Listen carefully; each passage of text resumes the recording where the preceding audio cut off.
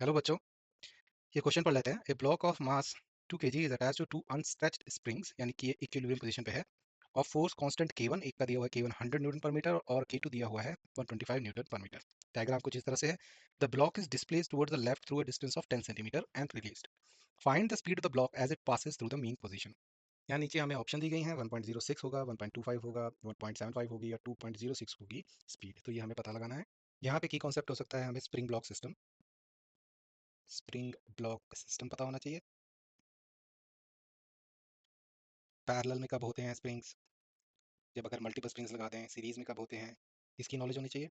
और spring block system अगर आप समझते हैं तो आप कंजर्वेशन ऑफ एनर्जी कैसे अप्लाई करते हैं, ये आपको समझ होनी चाहिए। ये जो हमें डायग्राम दिया गया है, इसमें जो स्प्रिंग्स हैं दे आर इन पैरेलल। अगर हम इसे समझना चाहते हैं तो जैसे मान लीजिए पहले फिगर में हमने इस तरह से ब्लॉक रखा है। अगर इसे हम राइट साइड को ब्लॉक को एक्स डिस्टेंस ट्रेवल करवाते हैं राइट साइड को, तो दोनों स्प्रिंग में सेम ही डायरेक्शन में डिस्प्लेसमेंट होगी। तो पहली पहचान हो गई हमारी पैरेलल कनेक्शन की। अगर हम नीचे वाले थर्ड फिगर को देखें, अगर हम लेफ्ट साइड को एक्स कराते हैं डिस्प्लेसमेंट, तो दोनों जो स्प्रिंग हैं उनकी डिस्प्लेसमेंट जो होगी वो सेम ही होगी। दोबारा से अगर सेकंड देखें और उसमें देखें कि रिस्टोरिंग फोर्स किस तरह से है, तो उसकी भी डायरेक्शन सेम ही है। अगर हम सेकंड केस देखो, एक्स डिस्प्लेसमेंट राइट साइड को कराते हैं, तो ये जो पहला स्प्रिंग है ये भी इस तरफ खींचेगा और ये इस तरफ कंप्रेस हो गया तो ये भी इस तरफ रिस्टोरिंग फोर्स देगा। अगर हम थर्ड केस देखें तो उसमें एक्स लेफ्ट साइड हो रहा है, तो यहाँ पर जो रिस्टोरिंग फोर्स होगी उसकी डायरेक्शन भी सेम होगी। तो दोनों स्प्रिंग्स की जो डिस्प्लेसमेंट है वो भी सेम हो रही है। और दूसरी चीज़, रिस्टोरिंग फोर्स भी सेम डायरेक्शन में है। दैट इज वाई ये जो स्प्रिंग्स हैं लग रहे हैं सीरीज में, पर ये पैरेलल में है। तो अगर स्प्रिंग्स पैरेलल में हो तो जो उनका के इक्विवेलेंट आएगा के ई, वो आ जाएगा दोनों का जो स्प्रिंग कांस्टेंट है उसको ऐड करना होगा। तो यहाँ पर वो कितना हो जाएगा, एक का 100 है, दूसरे का 125, तो ये हो जाएगा 225 न्यूटन पर मीटर। तो हमारा जो सिंप्लीफाइड डायग्राम हो सकता है वो कुछ इस तरह का हो सकता है। नंबर 3, यहाँ पे हमने एक स्प्रिंग को मांग लिया इक्विवेलेंट स्प्रिंग को के ई से, और उसके साथ ब्लॉक लगा हुआ है 2 kg का।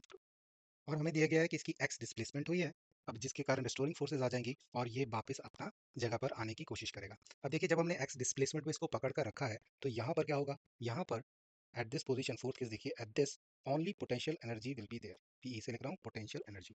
तो जब ये वापस आएगा अपनी मीन पोजीशन पे, तो ये पोटेंशियल एनर्जी सारी की सारी इसकी काइनेटिक एनर्जी में तब्दील होगी। इस मोमेंट पे काइनेटिक एनर्जी होगी। तो अगर हम इन दोनों का कंपैरिजन कर लें, we need to calculate what is the potential energy इस सिचुएशन पे, जब हमें 10 सेंटीमीटर हमने खींच के रखा है और उस उतनी ही काइनेटिक एनर्जी होगी इसकी मेन पोजीशन पे, तो हम v को निकाल सकते हैं या उसकी जो स्पीड है उसको निकाल सकते हैं। तो potential energy when block is displaced by 0.1 metre कितना हो जाएगा, इसका तो फॉर्मूला है हमारे पास, हाफ के ई लगेगा क्योंकि हम इक्विवेलेंट के साथ काम कर रहे हैं, मल्टीप्लाइड बाय जितना एम्पलीट्यूड हो ए स्क्वायर, क्योंकि यहीं तक खींचा है तो ये वैल्यू हमें कैलकुलेट करनी होगी। तो let's calculate this, half into 225 multiplied by 0.1 का स्क्वायर, या 1/100 लिख सकते हैं, या हमारी वैल्यू आ सकती है 225/200। अब काइनेटिक एनर्जी क्या हो जाएगी, जब ब्लॉक मीन पोजीशन में पहुंचता है सारी पोटेंशियल एनर्जी इसके बराबर हो जानी है, यानी ये काइनेटिक एनर्जी इक्वल टू हो जाएगी जो हमने पोटेंशियल निकाली थी 225/200 के। अब इससे आगे चलते हैं। हमें काइनेटिक एनर्जी का फॉर्मूला पता है, हाफ मास दिया हुआ है हमें 2 kg का, v square is equal to हो जाएगा 225 डिवाइडेड बाई 200। ये 2 है, 2 kg का है तो 2 से 2 एम तो कैंसिल हो गया हमारा 2 kg। और v जो आ जाएगा, यहाँ पे सॉल्व कर रहा हूँ, v जो आ जाएगा वो आ जाएगा 225 डिवाइडेड बाई 200 का अंडर रूट।